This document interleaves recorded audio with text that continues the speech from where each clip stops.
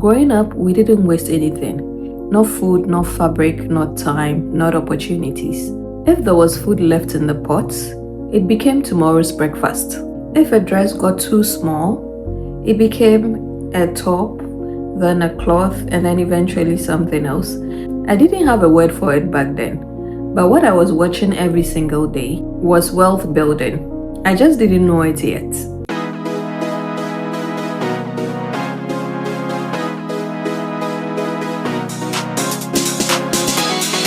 Hello everyone, welcome back to my channel. My name is Tina.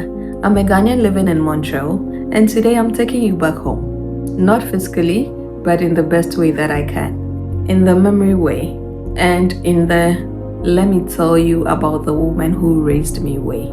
Because I've been thinking a lot lately about money, about wealth, about what it actually means to build something that lasts. And the more I think about it, the more I realize that the most powerful financial education I ever received didn't come from a book or a course or a YouTube video.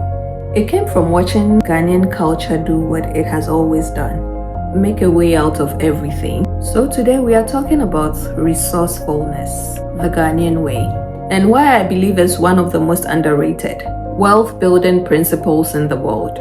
So subscribe if you haven't done that already, and let's get right into it. Let me paint you a picture. On Saturday mornings in a Ghanaian household, the soup from Friday might still be on the stove. Nobody is throwing that away.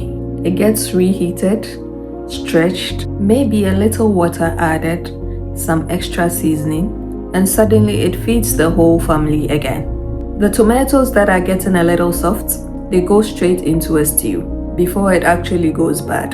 The bread that's a day old, it gets toasted or turned into something entirely different. And mind you, this wasn't poverty, it was precision.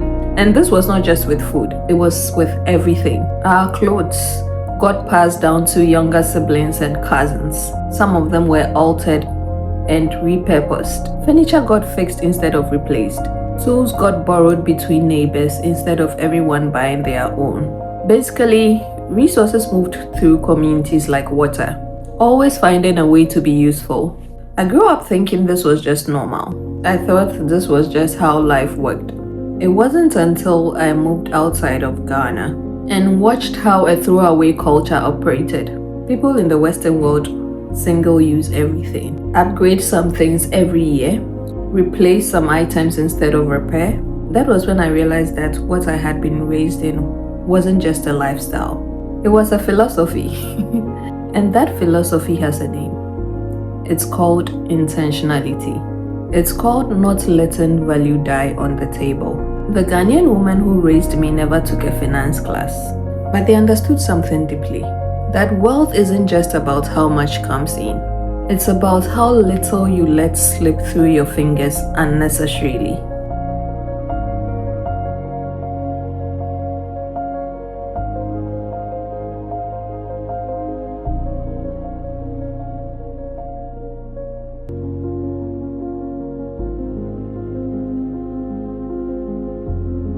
Now can we talk about the market woman for a second? Because I think about them a lot.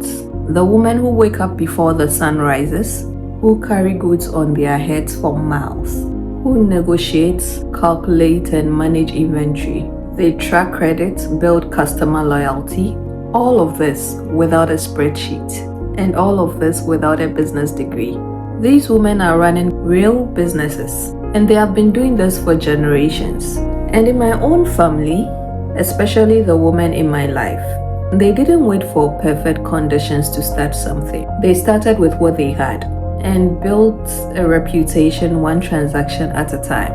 That is entrepreneurship. That is the hustle. And it's baked so deeply into the Ghanaian culture that we sometimes don't even recognize it as the powerful thing that it is. Here's the lesson underneath that lesson though. It's not just about working hard. It's about working with what is available.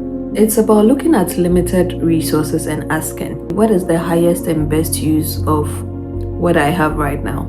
That single question is how wealth building starts. Not with a windfall, not with a perfect opportunity. with a discipline to maximize what is already in your hands. Observing the market woman in Ghana taught me that, and I carry it with me every single day. So I'm sure you are asking yourself what this has to do with any of us now, because times have changed and we don't have to go through some things that our mothers and our aunties went through. But here's the thing, a lot of us Africans traveled to this part of the world and started measuring ourselves by Western financial timelines, by influencer highlight reels, by the idea that if you are not investing in a certain way, driving a certain car, or living in a certain type of apartment at a certain age, then it means you are behind. And in chasing that type of success, some of us began abandoning the very instincts that our culture gave us. We started wasting stuff because wasting felt like abundance. We stopped repairing stuff because replacing felt like progress. We also stopped asking ourselves, what is the highest use of what I have? Because after all, there's always something new to buy instead.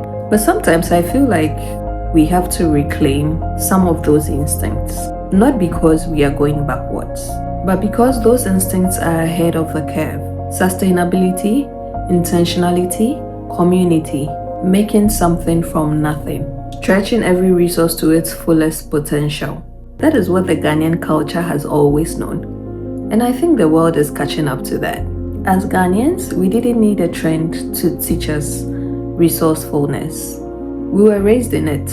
And the most powerful thing we can do as we build our lives in new places is to carry that wisdom forward, honor it, apply it, and teach it to whoever comes after us. Because that is how generational wealth actually starts. It doesn't start with a stock portfolio. It starts with mindsets. So the next time somebody asks me where I learned about money, I'm not going to say a book. I'm not going to say a course.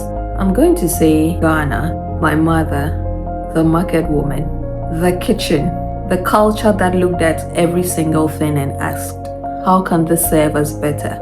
That is the wealth lesson, and it was free. So if this video took you home for a little while, please give it a like. It means more to me than you know. And drop a comment.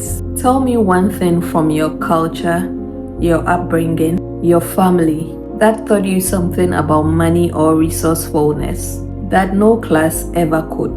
Because I want to genuinely read every single one of them. Share this with somebody who needs to be reminded that where they come from is not a disadvantage. And it never was. Hit the subscribe button if you haven't done that already. I'll see you in my next one. Take care of yourselves and never forget where you come from. It's bye for now. Mwah.